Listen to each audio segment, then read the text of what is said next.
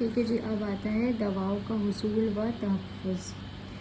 دواؤں کا کلیکشن اور پرزرویشن کو کیسے کرتے ہیں. تو دواؤں کو حاصل کرنا یونانی نظام میں ایک اہم موضوع ہے. ٹھیک ہے، تو جو دوا ہوتی ہے وہ 3 طرح کی ہوتی ہیں plant origin, animal origin, mineral origin, یعنی نباتی دوائیں، حیوانی دوائیں اور معدنی دوائیں. نباتی، معدنی، حیوانی دوائیں ہر جگہ نہیں پیدا ہوتی ہیں، اور اگر کہیں پیدا ہوں بھی تو ان کے افعال و خواص میں کمی آ جاتی ہے. جیسے کہ اگر زعفران ہے، وہ ہم لوگ کہیں اور کلچر تو کر سکتے ہیں، لیکن ہم لوگ کشمیر میں زعفران سب سے بیسٹ ہوتا ہے. جن ملک و مقامات پر تجربات سے یہ بات معلوم ہوتی ہے کہ وہاں پر دوائیں زیادہ اثرات ہوتی ہیں، تو ہم انہی ملک سے ان دواؤں کا حصول کرتے ہیں، ان دواؤں کو حاصل کرتے ہیں. جیسے کہ زعفران کشمیر سے، مشک نیپال سے اور لونگ فورن سے.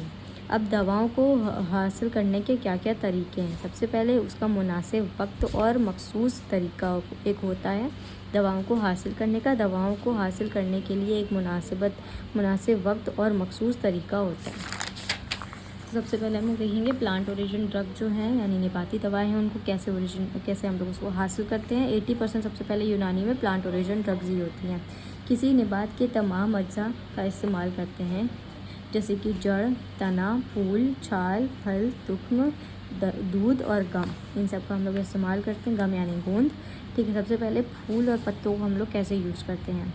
پھول اور پتوں کو اس وقت ہم لوگ حاصل کرتے ہیں جب وہ نبات اپنی حد کمال اور نشو نما حالت پر ہو.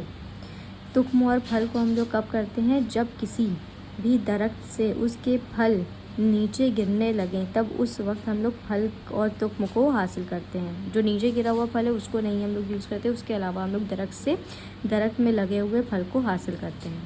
پھر تھرڈ آتا ہے جڑ.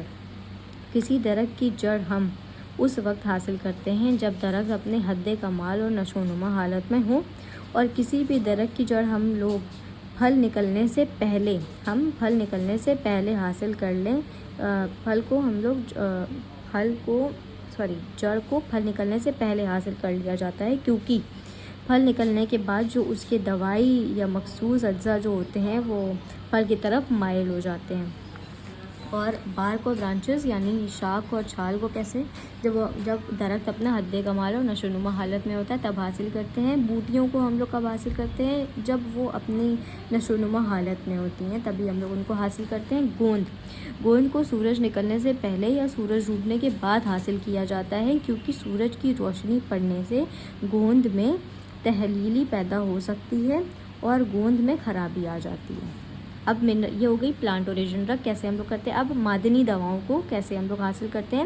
یہ دوائیں ایک مخصوص علاقے میں ہی پائی جاتی ہیں، اور ان دواؤں میں یہ دیکھا جاتا ہے کہ اس میں کوئی کھوٹ، آمیزش، رنگ میں بدل، بو میں بدل، چمک میں بدل اور دوسری تمام ظاہری خصوص موجود نہ ہوں. تو اس طرح سے ہم لوگ معدنی دواؤں کو حاصل کرتے ہیں. اینیمل اوریجن حیوانی دواؤں کو ہم لوگ کب حاصل کرتے ہیں. یہ دوائیں کسی صحت مند جانور سے حاصل کی جاتی ہیں جب حیوان میں وہ مخصوص دوائیں پائی جاتی ہیں. ٹھیک ہے، جیسے کہ آب ریشم، سلک ورم سے، زورائے گاؤ، گال bladder of stone, scorpion sting یا کرنل ایل اسٹیگ ہارن سے. اس کے بعد یہ کچھ امپورٹنٹ نوٹس ہیں. یہ کیا ہے کہ بودار دوائیں جیسے کہ کافور، زعفران، مشک، عنبر کو کسی شیشی میں بند کر رکھا جاتا ہے. ٹھیک ہے، تاکہ ان کی بو میں تبدیلی یا خرابی نہ آئے یا اس کی بو جو ہے وہ غائب نہ ہو. دوسرا ہے فلاورز کو ڈرائی کر کے بوٹیاں گل سرخ کو سکھا کر محفوظ کر لیا جاتا ہے. دوسرا، no drug can be store together. کوئی بھی 2 دوا ایک ساتھ نہیں رکھی جاتی. پھر ہے کوئی بھی دوا شیشی یا ڈرائی میں رکھی جاتی ہے. کوئی دوا کو سیال یا پانی کی جگہ پر نہیں رکھا جاتا. کیپ ان ڈرائی پلیس پہ رکھا جاتا ہے. پھر ہے کچھ دواؤں عاملہ کچھ دوائیں جیسے آملہ کو شہد یا شہد یا سرکے کے مخصوص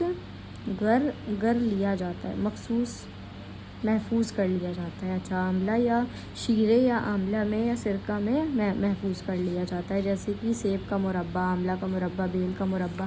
دوا کو کوئی مربے کے اندر اس کو پرزرو کرتے ہیں. اس کے بعد آتا ہے کچھ دواؤں کو گھی جیسے کہ بادام، چلغوزہ وغیرہ کو گھی میں روسٹ کر محفوظ کر لیا جاتا ہے. پھر آتا ہے کچھ دواؤں کو سورج میں سکھا کر ان کو محفوظ کر لیا جاتا ہے. تو یہ بات ہو گئی کہ دوا کا کلیکشن اور پریزرویشن کیسے ہوتا ہے، یعنی دوا کا اصول و محفوظ. تحفظ.